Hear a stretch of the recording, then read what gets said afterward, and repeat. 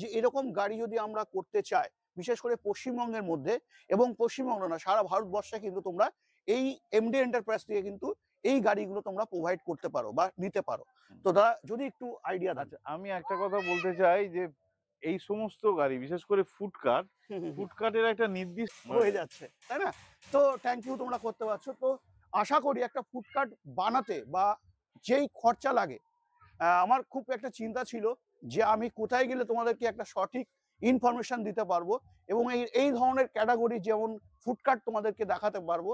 তো আজকে আমি চলে এসেছি সেই চর্চিত এবং আলোচিত একটি ঠিকানা, যেটা হচ্ছে এমডি এন্টারপ্রাইজ, কল্যাণীতে। দাদা কোথায়?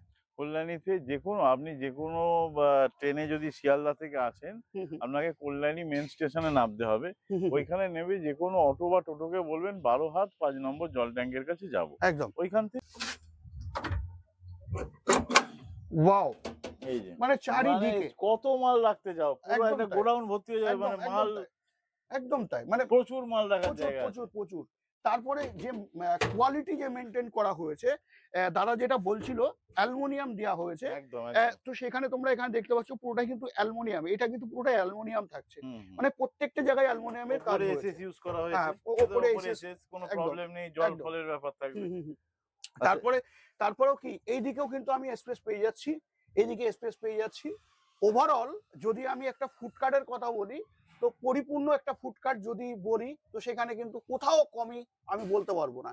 একদম পুরো পরিপূর্ণ একটি ফুডকার্ট কিন্তু আমরা দেখতে পাচ্ছি। তার সাথে সাথে আজকের দিনে দাঁড়িয়ে একটু মডার্ন হতে চাই সবাই, তো সেই জায়গায় দাঁড়িয়ে আমি লাইট ফাংশনে যদি আমি কথা বলি তোমাদেরকে, লাইট ফাংশন দেখতে পাচ্ছ, অপূর্ব লাইট ফাংশন। আমি যদি গাড়ির কথা বলি, মানে সানরাউন্ড পুরো এখান থেকে শুরু করে ওভারঅল, আমি ক্যামেরা পার্সনকে দেখাতে বলবো, ওভারঅল কিন্তু লাইট ফাংশন তোমরা দেখতে পাচ্ছ।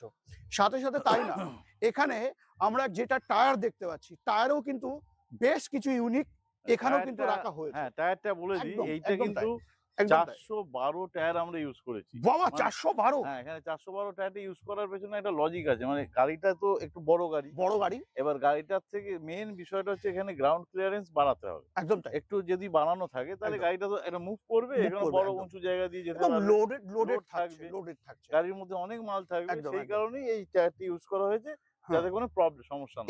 এখানেও অ্যালুমিনিয়াম ইউজ করা হয়েছে। হ্যাঁ, এখানেও না, এটা এটা স্টিলের এসএস ইউজ করা হয়েছে। একদম তাই। প্লাস কভারিং থাকছে। হ্যাঁ, কভারিং।